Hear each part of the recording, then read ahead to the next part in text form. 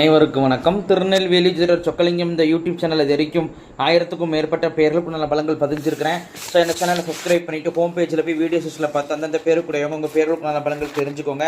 குறிப்பாக அந்த ஜீவானந்தம் அப்படிங்கிற பேருடையவங்க உங்கள் குடும்பத்திலே சொந்தக்காரங்களே நட்போட்டத்தில் இருந்தாங்கன்னா அவங்களுக்கு நம்ம வீடியோ லிங்கை தயவு செஞ்சு ஷேர் பண்ணுங்கள்.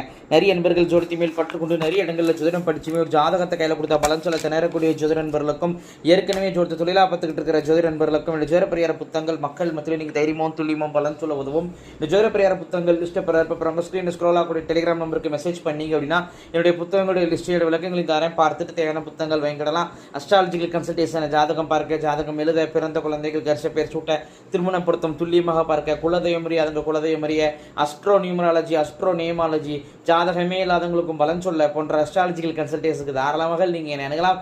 குறைந்த குருதட்சணையில் தரமான ஆலோசனைகள் வழங்கப்படும். நேரில் வரணுங்கிற அவசியம் கிடையாதுங்க, ஃபோன்லேயே பலன் சொல்லிடுவேன். சரிங்க, இன்னைக்கு பதிவுக்குள்ளே போவோம். ஜீவானந்தம் என்ற பேருக்கான 50 வகையான நேமாலஜி பலன்களை பார்ப்போம். ஃபர்ஸ்ட் பாயிண்ட், அழகானவங்களாக இருப்பீங்க. ரெண்டாவது பாயிண்ட், அட்ராக்டிவான தோற்றம் உண்டு.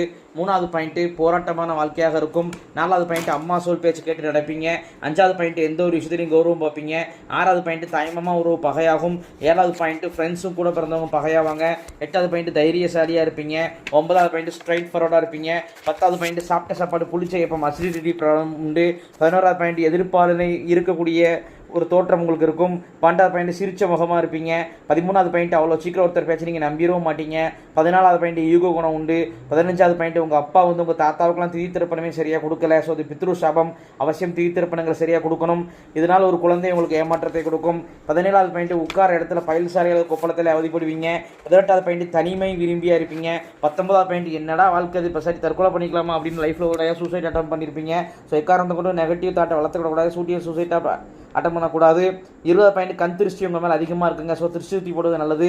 21வது பாயிண்ட், படிக்கிற காலத்தில் படிப்பில் தடையை சிந்திச்சிருப்பீங்க, ஒரு அரியர் போட்டு தான் படிச்சிருப்பீங்க. 22வது பாயிண்ட், லைஃப்பில் புது வீடு கட்டுவீங்க.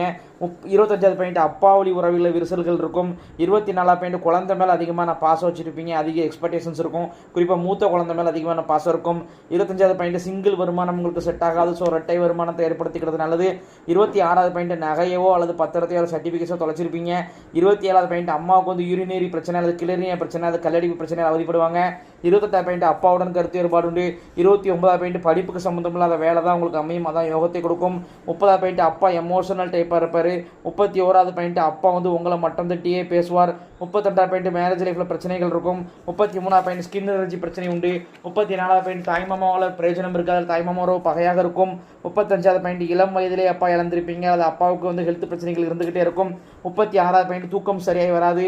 37வது பாயிண்ட், நரம்பு சம்பந்தமான உபாதைகள் உங்களுக்கு இருக்குங்க. 38வது பாயிண்ட், எந்த ஒரு விஷயத்தையும் ஏன் எதுக்குன்னு ஆர்குமெண்ட் செய்யக்கூடிய குணம் உங்கள்கிட்ட உண்டுங்க. 39வது point, Aadhaar card, voter ID இதெல்லாம் பெயர் எழுத்து ஸ்பெல்லிங் மிஸ்டேக் பிரச்சனையை சந்திச்சிருப்பீங்க. 40வது பாயிண்ட், நீங்கள் வேலை பார்த்தாலும் சரி தொழில் செஞ்சாலும் சரி பகை டென்ஷன் ப்ரெஷர் இருந்துக்கிட்டே இருக்கும். 41வது பாயிண்ட், யூரினரி பிரச்சனை உண்டு. 42வது பாயிண்ட், மாமியாருடன் கருத்து வேறுபாடு உண்டு. 43வது பாயிண்ட், கடன் பிரச்சனை உண்டு. 44வது பாயிண்ட், நகை அடமானம் வச்சுருப்பீங்க.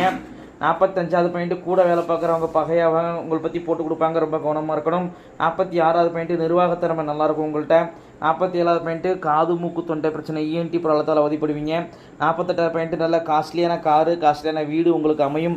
49வது பாயிண்ட்டு, உங்கள் குடும்பத்தில் வந்து செய்வன குற்றம் இருக்குதுங்க, அது உங்கள் பேரே உணர்த்துது.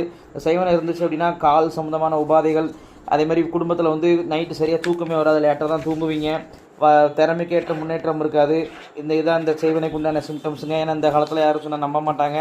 உண்டான சிம்டம்ஸ் சொல்லி நிரூபித்து காட்ட முடியும். ஒரு நம்பிக்கையானவங்க யாராக இருந்தாங்கன்னா தாராளமாக வச்சு பண்ணிக்கோங்க. கட்டாயம் இதுக்கு நிவர்த்தி பண்ணணும். 50வது பாயிண்ட், உங்களுடைய ஆத்மார்த்தமான தெய்வம் முன் ஜென்மத்தில் நீங்கள் ரொம்ப வேண்டி விரும்பி வெளிப்பட்ட தெய்வம் இந்த ஜென்மத்தை அருபாலிக்கு நிற்கிறது யார் அப்படின்னு கேட்டிங்கன்னா நரசிம்மர் தாங்க. இத்துடன் ஜீவானந்தம் என்ற பேருக்கான 50 வகையான நேமாலஜி பலன்கள் முடிவடைகின்றன. இப்போ பேரை வச்சு 50 பலன் சொல்கிறேன் அப்படின்னா ஜாதகத்தை வச்சு நல்லா அதிகமாக உள்ள துல்லியமாக சொல்கிறேன் அப்படிங்கிறத யோசிச்சு பாருங்க நண்பர்களே. ஸோ ஒரு முறை அஸ்ட்ராலஜிக்கல் கன்சல்டேஷனுக்கு வாங்க. நன்றி நேயர்களே, நன்றி, வணக்கம்.